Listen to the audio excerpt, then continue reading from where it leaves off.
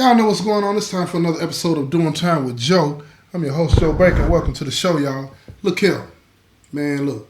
Cheryl is so caught up, she don't know what to do. She's sitting in the car with her boyfriend's dad. And he hands her this pack, y'all. Now, I want you to imagine this scene, right? She's 17, finna turn 18 years old. You know, she's growing up, right? And she's lost her father, you know what I'm saying? And her mother, she thinks she's lost her as well because her mother is remarried to somebody that she's known all her life that really loves her. So she feels like she's all alone. So she's having all this kind of relations with all different types of dudes, and her name is spreading around the neighborhood. You know what I'm saying? That she's all about this and all about that, right? And now her boyfriend's father has her sitting in a car, and he's finna give her the game. So she has this pack in her hand, right? You know? And he tells her, pull her skirt. Right? Move those tighties to the side, right?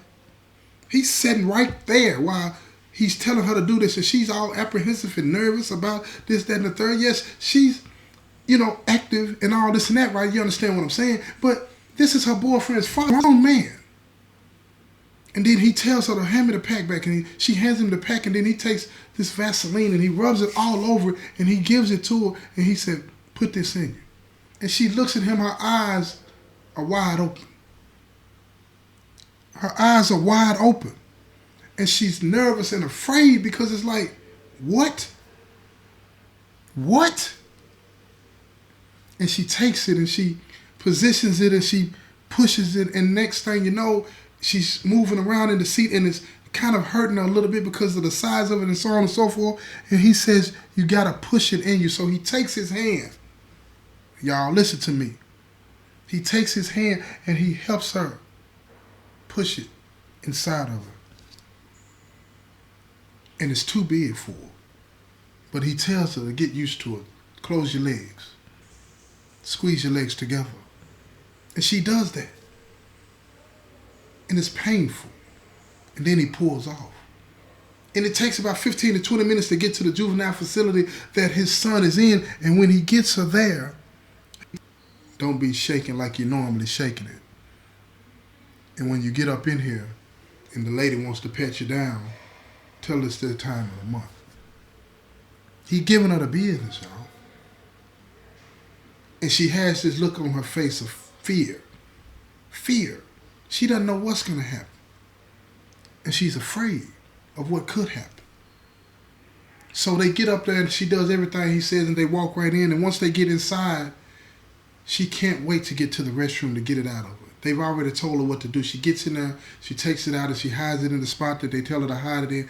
And then she comes back out and she sits at the table and her boyfriend gives her a kiss and tells her thank you. The nerve, y'all. And she has this look on her face of total cluelessness. She doesn't understand what's happening. It's all too fast for her. She's still feeling a little uneasiness and pain down there. And she feels as though, it's almost like she's exposed, right? Her was helping her, y'all know what I'm talking about. And she feels some kind of way about that. She feels some kind of way about that. But she doesn't say anything to her boyfriend. All right? She doesn't say anything. And they sit there and they continue to have the conversations of, what you do with visiting. And she's trying to struggle through it and all this and that. And after a while, she starts to get loose and she feels okay. She feels okay. And then it's time to leave. And she stands up. And the pain that she feels down there reminds her of what she just did for him. And he hugs her tight and he said, we're going to be okay. We're going to get this money. We're going to be just fine. And she leaves with his father. And they get out into the car and he tells her, well, what do you think? She's not knowing what to really say. And she said, it was all right, I guess. He said, well, we're doing it again next week. And she looked at him like, what? And he's like, yeah, we're going to do it every week. She said, I don't know if I can do that every week. He gives her that look. He said, we're doing this every week. Ain't nobody got time to be playing with you. And he gives her that look to where it's like, you're doing what I tell you to do. I'm not asking you. And in her mind, she doesn't believe that she can say no. She's afraid. All kinds of things are running through her mind. Is he going to tell her mom? You know what I'm saying? She'll get in trouble. She's embarrassed. All of that. See, that's what a kid's mind would think. What is my mom going to do to me about this? See, her mind didn't even go to, he's going to tell the police. That's not what she's thinking. She knows that if her mom knew this, that she would be crushed by it. So she's more concerned about keeping this secret from her mom, and she's locked in now. He knew that. Then he reaches in his pocket. She reluctantly takes it. She knows that she's locked in. She knows she's locked in at this point. And he looks at her and he knows it too. He said, look, and one more thing. I've been hearing, he tells me that, you're doing all of these different things around town with all these different little boys, right? He emphasized little boys when he was talking to her. And he told her, he said, look, the next time you feel like you want to see somebody, give me a call and come by the house. And I'll give you what you need. Now, that's when her whole body shuddered. Pure fear ran all over her. Pure fear. It was almost like she was so embarrassed about what he was saying that she didn't know what to say. He knew that she was all over town, let's say that. Let's say it like that. And it made her feel some kind of way. Her boyfriend's father, now he knew everything about it, plus he had touched her. She felt so dirty. She felt so bad. Now, it wasn't like she didn't think that her boyfriend knew, but he never said anything to her about it. So she continued to do it. And now she knows that he knows, and she knows that his father knows.